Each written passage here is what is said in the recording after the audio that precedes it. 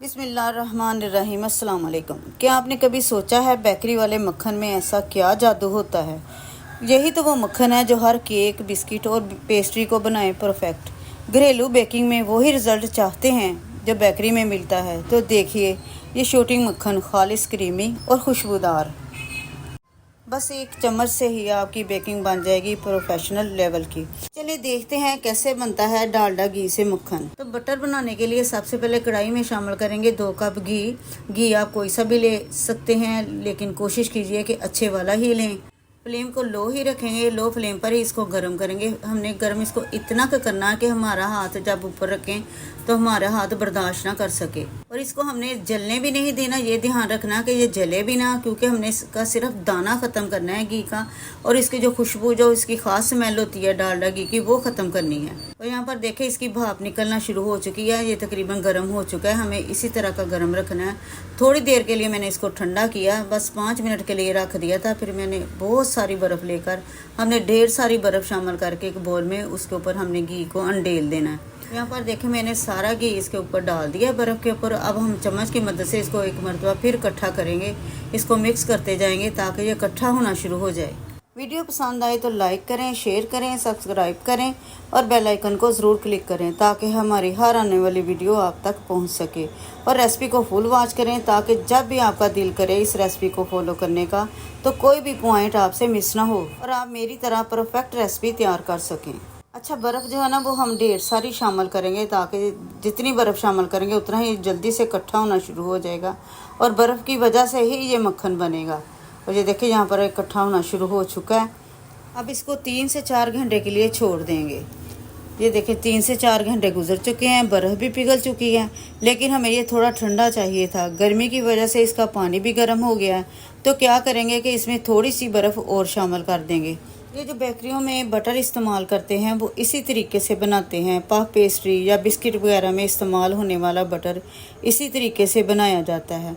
आप भी अगर इन रेसिपीज़ को घर पर ट्राई करते हैं तो बाज़ार से महंगे दामों बटर मत खरीदिए, अपने ही हाथों से मक्खन को तैयार करें। इसको दोबारा इकट्ठा करने के लिए बर्फ़ शामिल करेंगे और साथ ही थोड़ा सा पानी ठंडा डाल देंगे। आप इसमें बटर एसेंस भी डाल सकते हैं, इससे ये होगा कि वही खुशबू मिलेगी।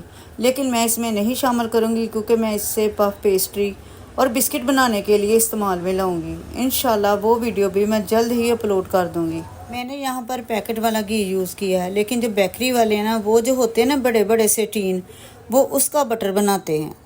बर्फ़ डालने के बाद इसको मिक्स कर देंगे, अच्छी तरह से मिक्स करेंगे ताकि ये ठंडा हो जाए। और बहुत ज़्यादा भी हमने ठंडा नहीं इसको होने देना। मिक्स करते जाएंगे और अब देखेंगे कि जहाँ तक ये जब ये इकट्ठा हो जाए और काफ़ी ठंडा भी हो जाए तो हम बर्फ़ को निकाल देंगे। और यहाँ पर देखें घी काफ़ी सारा इकट्ठा हो चुका है और इसके अंदर काफ़ी सारा पानी जा चुका है। और यहाँ पर देखें घी का भी कलर चेंज हो चुका है और ये वाइट सा हो गया है और ये मक्खन की शक्ल इख्तियार कर चुका है। बर्फ़ निकालने के बाद अब क्या करेंगे कि इसको हाथों की मदद से इकट्ठा करेंगे और फिर इसको एक गोला सा बना लेंगे। जैसे हम लस्सी में से मक्खन निकालते हैं उसी तरह हमने इसको दबा दबा कर इसका जो इसके अंदर पानी जा चुका है वो हमने निचोड़ देना है। अब दोनों हाथों की मदद से अच्छी तरह इस मक्खन को दबाते जाएंगे और दूसरे बर्तन में रखते जाएंगे। अब सारे मक्खन के हमने इसी तरह गोले बना बना कर उनमें से जो बर्फ़ वाला पानी है वो निकाल देना है। अच्छी तरह इसे निचोड़ना है ताकि इसके अंदर जो बर्फ़ का पानी है वो निकल जाए। निचोड़ कर इसे अलग करते जाएंगे। इसी तरह तरीके से हमने सारे मक्खन को निकाल लिया और पीछे पानी जो बच गया उसको भी हमने गिरा देना है। और जो बाकी बोल के साथ चिपक गया वो जब रूम टेम्परेचर पर आ जाएगा तो ये खुद ही अलग हो जाएगा। अब एक मरतबा फिर इसको बोल में सारे मक्खन को इकट्ठा कर लेंगे। इकट्ठा करने के बाद हमने इसको चम्मच की मदद से अच्छी तरह से प्रेस कर देना ताकि ये मक्खन जो है ना वो फ्लफ़ी सा हो जाए। इस दौरान लगे कि अगर बोल के साथ जो मक्खन चिपका हुआ था उसमें थोड़ा अगर पानी है तो उसको साइड पे करके हमने वो भी निकाल देना है।